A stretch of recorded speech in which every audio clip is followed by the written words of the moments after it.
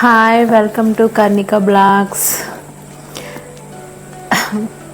Please నా channel like చేయండి, subscribe చేయండి ప్లీజ్. ఒకటి, సువాసన అంటే మంచి వాసనని ఎవరు ఇష్టపడని వాళ్ళు ఉండరు.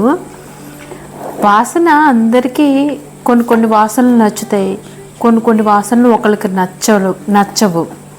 ఎంత మంచి వాసనైనా కొందరికి సెంటు వాసన పడదండి. ఎవరన్నా గట్టిగా సెంటు కొట్టుకుని వచ్చారు, బాబాయ్ వాళ్ళకి వామిటింగ్ వికారం వచ్చేస్తుంది అంటారు.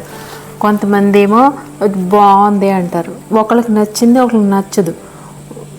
కానీ వాసన మంచి వాసన అనేది నచ్చుతుంది. అంతేగాని తినాలని మాత్రం, వాసనను బట్టి తినాలని మాత్రం అనిపించదు. కొందరికి అనిపిస్తుంది మట్టి వాసనకి మట్టి తినాలని అనిపిస్తుంది, అలా అంటారు కదా.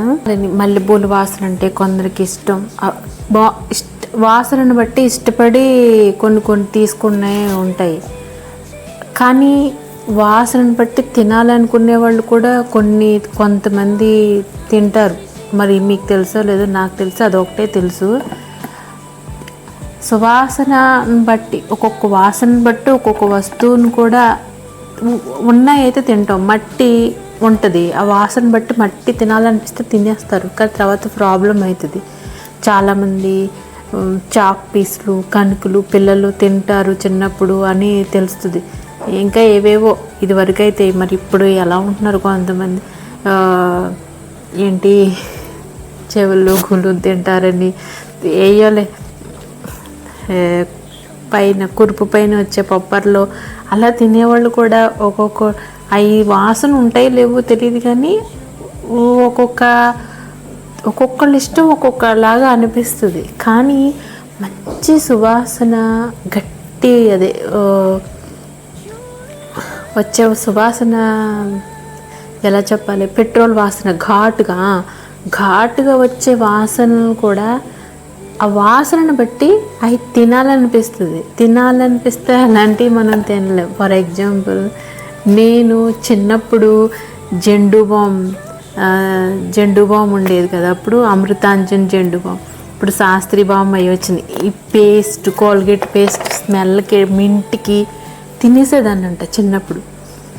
తినేస్తే అప్పుడు కోల్గేట్ ఉండేది కదా, ఇప్పుడంటే వచ్చి ఈ స్మెల్కి తినాలనిపిస్తుంది. ఇప్పుడు తిన్నానుకోండి, తెలిసిన తర్వాత తిను. అప్పుడు మా అమ్మ మా నాన్న నాకు పెప్పర్మెంట్, ఇప్పుడు పోలియోలో వచ్చినప్పుడు పెప్పర్మెంట్లు వచ్చాయి కదా, ఎంత రౌండ్గా ఉండేవి. అవి పెప్పర్మెంట్లు, దీనికి బదులు ఈ పెప్పర్మెంట్ అలవాటు చేసి అమ్మాయి తినకూడదు తిను అంటే వాళ్ళకి జెండు బాము ఖాళీ అయిపోయేదంట. తక్కువ ఏంటి ఇలా అయిపోతుందని గమనిస్తే నేను తింటున్నానని అర్థమైపోయి అలా చేశారు. తర్వాత మొగలి రేకు ఉంటుంది కదా, మొగలి రేకు వాసన, సంపంగి పువ్వుల వాసన, ఈ రెండిటి వాసనకి అవి తినాలనిపించేసేదండి పాపం.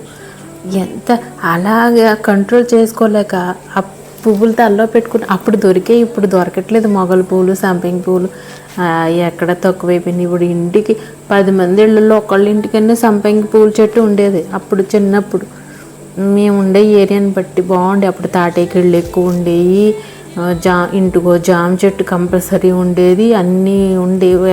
ఎవరి కాళ్ళు సొంత ఇల్లు, ఎంతో కొంత సొంత ప్లేస్ ఉండేది మొక్కలకి. అవి అలా ఉండేది కాబట్టి కంపల్సరీ ఉండేయండి మొక్కలు.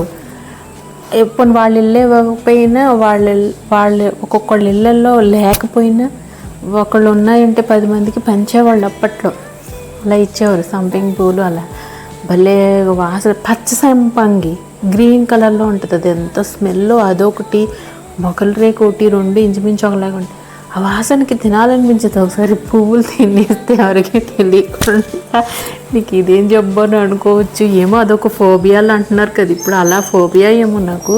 మా చెల్లి అయితే రేఖ మందారం పువ్వులు ఉంటాయి కదా, 5 రేఖల మందారం పువ్వులు, అది తినేసేది. స్మెల్ కూడా ఉండదు. అది ఎవరన్నా జల్లో పెట్టుకుంటే మేక లాగేసుకుని తినేసేది. ఏంటే బాబట్టి, అక్క చాలా బాగుంటుంది అక్క అనేసి వాళ్ళ ఇంట్లో చెట్టు ఎక్కేసి కూర్చుని తినేసేది. కానీ ఆ రేఖ మందారంలో కూడా మంచిగా ఉంటే దాని కాడతో సహా తినేసి మేము అలా చూస్తూ ఉండేవాళ్ళం అనమాట. దానికి ఆ ఫోబియా అనుకుంటా, నాకు ఈ ఫోబియా. అయితే మొగలు